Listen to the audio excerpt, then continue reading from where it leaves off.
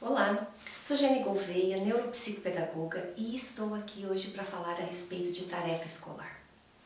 Vamos imaginar uma criança que chegou da escola, abandonou sua mochila e foi brincar, foi jogar, foi assistir.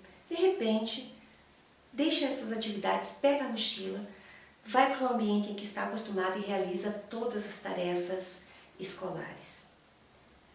É um sonho, mas podem acreditar, existem muitas crianças que fazem isso.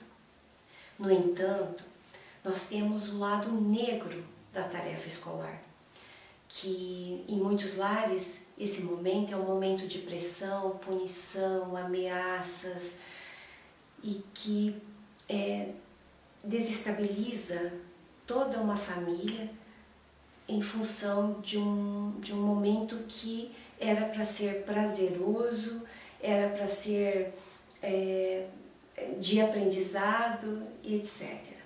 E olha, eu não estou falando de crianças que estão dentro de algum transtorno, ou transtorno do espectro autista, ou transtorno de déficit de atenção, ou algum transtorno específico. Eu estou falando de todas as crianças que podem, por um motivo ou outro, passar por uma situação assim.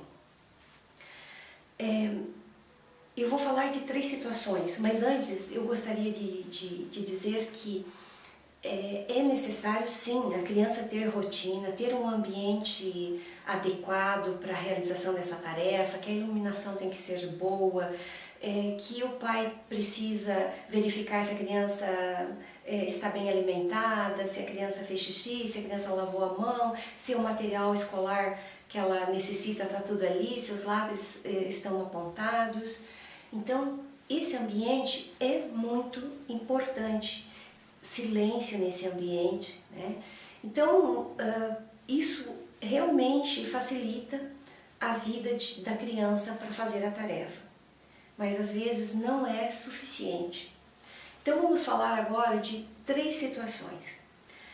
A primeira é daquela criança que tem notas boas, que sabe o conteúdo, mas que na hora de fazer a tarefa, nossa, que dificuldade, procrastina, não quer fazer, fica um tempão ali, o pai tem que estar do lado e a mãe para que a criança realize a tarefa.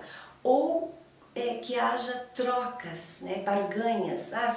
Se fizer a tarefa, você vai poder jogar então no celular. Pais, por favor, não façam isso com os seus filhos. A hora de fazer a tarefa é hora de fazer a tarefa e ponto. Não tem que ter barganha nenhuma. Para essa criança que dá conta de fazer, lógico, você vai se colocar à disposição para ajudar, se necessitar uma pesquisa ou algo parecido, mas não é para fazer de forma alguma a tarefa junto com essa criança. Ela tem que assumir a responsabilidade, ela tem que fazer em autonomia e ela tem que sofrer as consequências por não fazer a tarefa. Não fez a tarefa, vai levar sem fazer, sem problema algum, porque vai deixar de ganhar pontos na escola, vai diminuir a nota e etc. Então ela precisa saber que existe consequências. Você não deve falar que você vai tirar computador, isso, aquilo, se ela não fizer a tarefa. Simplesmente você vai conscientizar essa criança de que o momento em que ela está ali para fazer a tarefa e não está executando a tarefa, ela está deixando de executar as atividades que ela poderia estar fazendo. Então, não é você que está tirando essas atividades dela, é ela que está se boicotando, é ela que está deixando de ter atividade por não realizar as tarefas escolares. Então, seja firme e não volte atrás e mantenha então seu posicionamento, que isso vai fazer com que a criança entenda que você não tem que estar junto com ela para ela realizar a tarefa e que o tempo é ela que determina, tá bom? Então vamos para o segundo caso. É uma criança que ela não consegue realizar a tarefa.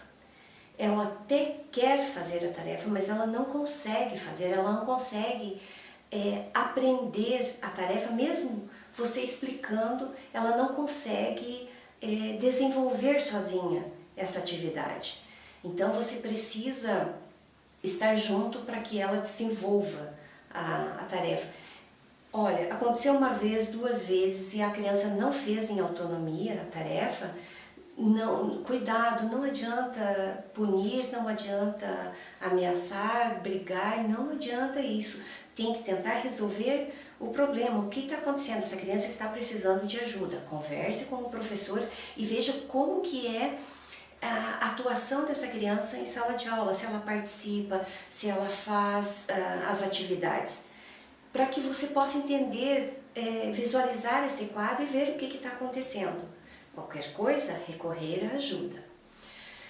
Já uma criança que está, no terceiro caso, né, que está no processo de inclusão.